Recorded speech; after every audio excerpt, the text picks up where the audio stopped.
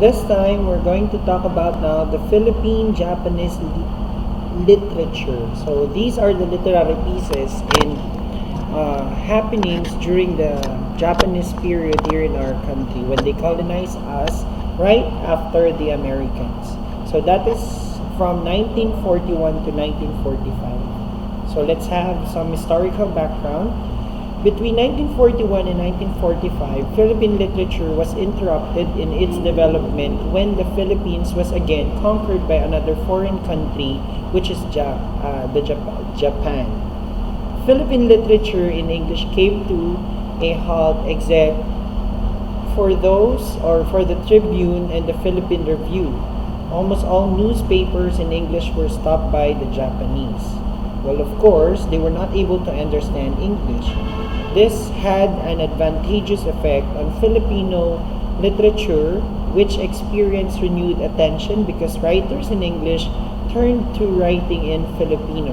Juan Laya, who used to write in English, turned to Filipino because of the strict prohibitions of the Japanese regarding any writing in English. So during that time, there was a big changes in the Philippine literature, whereas the medium that could probably be used is only Filipino and Japanese language only.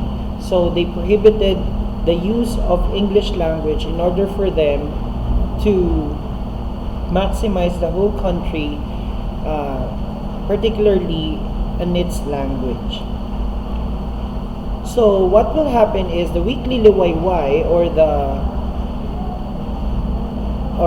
newspaper with the name Liwayway was placed under strict surveillance until it was managed by a Japanese named Ishiwara.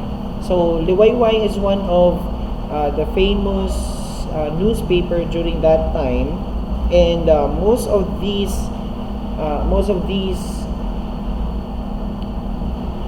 works is written in English. That is why it was placed under a strict surveillance, and it could probably be a sort of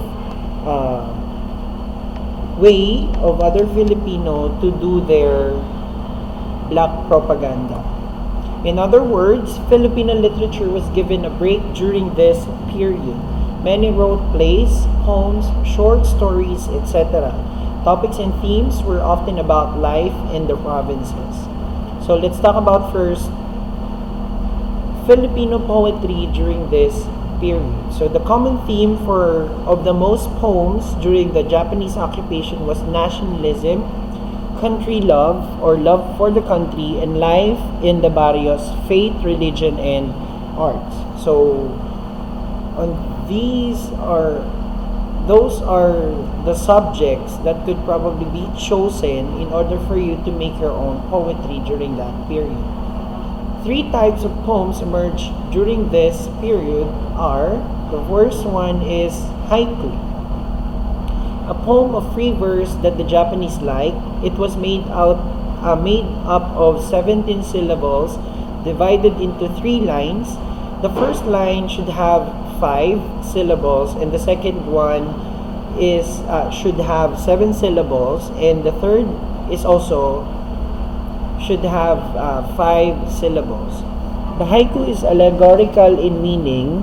It is short and covers a wide scope in meaning.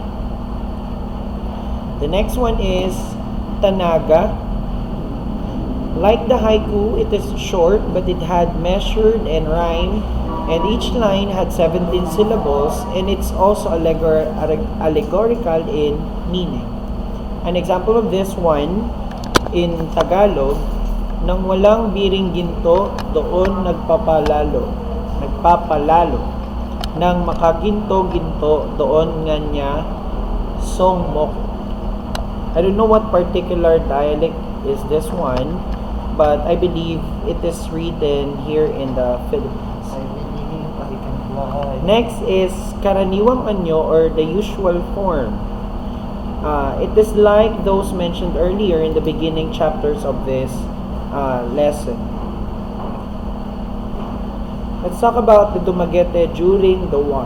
St. Paul Academy, or now considered as the St. Paul University, was the only school in the Visayas area opened the school for a few children, with the SPC nuns teaching French language and French literature at that time. Serafin Perez was the school principal and English teacher during the war in public school system in Dumaguete. Adult classes in Nipongo or Japanese language were opened in Bais and Tanhay. Next, Filipino drama during the Japanese period. The drama experienced a lull during the Japanese period because movie houses showing American films were closed. So during that time, even in the aspect of drama, it has also major changes when the Japanese prohibited these movie houses to film or to show American movies. The big movie houses were just made to show stage shows. Many of the plays were reproductions of English plays to Tagalog. The translators were Francisco Soc Rodrigo, Alberto Concho, and Narciso Pimentel. They also founded the organizations of Filipino players named Dramatic Philippines. A few of playwriters were: number 1, Jose Maria Hernandez, who wrote Panday Pira. Next is Francisco Soc Rodrigo, who wrote Sa Pula Sa Puti. And Clodoaldo del Mundo, who wrote Bulaga, which is an expression in the game hide and seek. Number 4, Julian Cruz Balmaceda, who wrote Sino Ba Kayo, Dahil Sa Anak, at Higante ng Patay.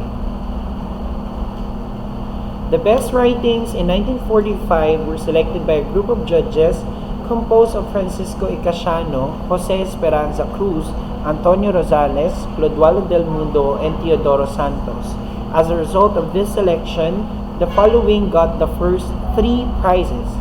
First prize is for Narciso Reyes with his Lupang Tinubuan. Second prize goes to Liwayway Arceos, Uhaw ang Tigang na Lupa. Third prize belongs to NVM Gonzales, Lunsod, Nayon at Dagat-Dagatan. And the next one is all about the Philippine literature in English. So it is also during 1941 to 1945. Because of the strict prohibitions imposed by the Japanese in the writing and publishing of works in English, Philippine literature in English experienced a dark period. The few who dared to write did so for their bread and butter or for propaganda. Writings that came out during this period were journalistic in nature, and writers felt suppressed, but slowly the spirit of nationalism started to seep into their consciousness. While some continued to write, the majority waited for a better climate to publish their works. So during that time, English is really prohibited to be used as a medium to write a Philippine or to write a literary piece. Whether it is for the Philippines or whether it is for their own country, English should not be used as a medium of writing your own literary piece. And even in school, since the Americans started the public school here in the Philippines, even in school, they have prohibited the use of English as the medium of instruction. Noteworthy writer of the period was Carlos P. Romulo, who won the Pulitzer Prize for his bestseller I Saw the Fall of the Philippines, I See the Philippines Rise, and his mother, America and My Brother Americans. Journalists include Salvador P. Lopez, Leon Maria Guerrero, Raul Manglapus, and Carlos Bulosan. Nick Joaquin produced The Woman Who Looked Like Lazarus.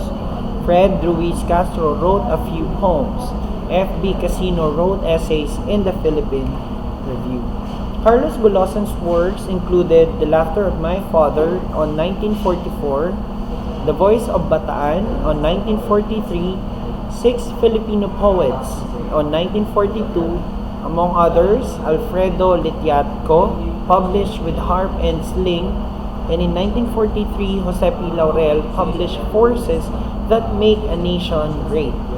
The Commonwealth Literary Awards gave prizes to the meritorious writers. Those who won were, number 1, Like the Molave by Rafael Zulueta da Costa. It's a poetry.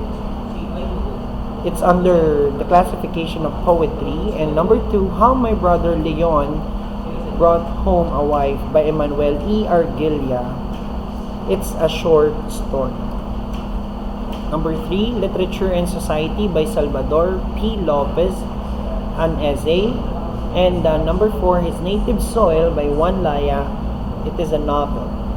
President Manuel L. Quezon's autobiography, The Good Fight, was published posthumously.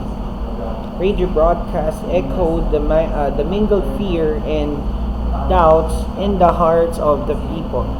Other writers of this period were Juan Collias in 1940, Tomas Confesor in 1945, and Roman A. de la Cruz and Elisa Tabunyar. So, as for the continuation, let me just show you this one. During the Japanese occupation, Japanese air squadrons bombed Pearl Harbor in Hawaii in December 8, 1941. The Philippines followed on the same day. The traditional Misa de Gallo or the Simbang Gabi was suspended in churches during the cheerless Christmas of 1941. Second Commonwealth Presidential Inauguration, President Manuel Quezon and Douglas MacArthur flee. And it also happens during that time, the fall of Bataan and the Death March, Japanese military administration, and the Mickey Mouse money. Guerrilla warfare, or your what we call hukbalahap, hukbong bayan laban sa Hapon. Esteban Javellana's novel Without Seeing the Dawn in 1947 was published in the U.S. Underground newspapers circulated, namely The Flash in Tagalog, Spanish, and English, Ing Masala or The Light, Matanglawin, Ang Tigbatas, The Common People in Hiligaynon and English, etc. After that, Filipino collaborators or makapili. The next one is Filipina or Comfort Women. Lola Rosa, Henson's autobiography, Comfort Woman, A Slave of Destiny on 1996, and popularity of Tagalog literature, Kawika, Vaudeville, and Kundiman. And this particular time also, in 1944, when General MacArthur landed in Leyte, and victory over Japan Day or VJ Day in 1945, followed by the New Republic, which is all about the inauguration of the new Philippine Republic on July 4, 1946. So we're just going to continue this next lesson probably right after doing your activity about what I have given to you and what you have watched from the videos. So thank you for listening, and thank you. Goodbye.